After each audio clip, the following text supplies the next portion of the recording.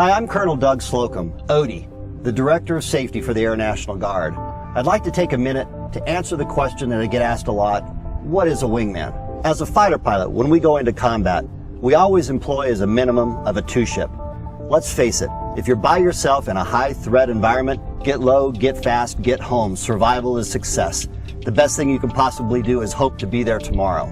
If we're going to be effective, if we're going to be safe, it's going to take a wingman. So what is a wingman?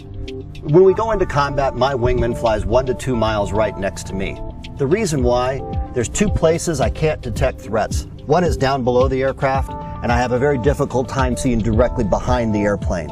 So an enemy can sneak up on me. Something that I can't assess can get me from those two positions, and I wouldn't be able to see it.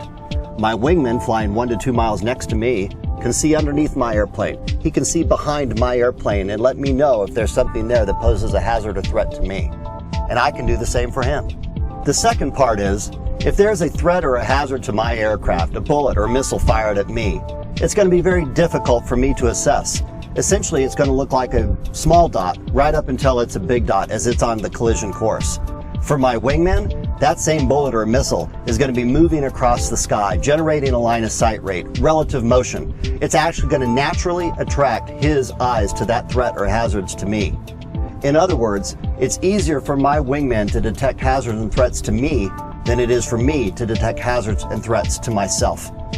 The same is true with human performance. When it comes to our work, when it comes to our driving, when it comes to anything that we do, we have a hard time assessing when our performance is less than optimal. We need a wingman looking at us, providing that feedback when there's hazards and threats that we can't assess. We teach our wingmen, we want them to be in the right place, but more importantly, they need to stay visual. In other words, they need to keep their eyes on us. They need to be looking for those threats and hazards.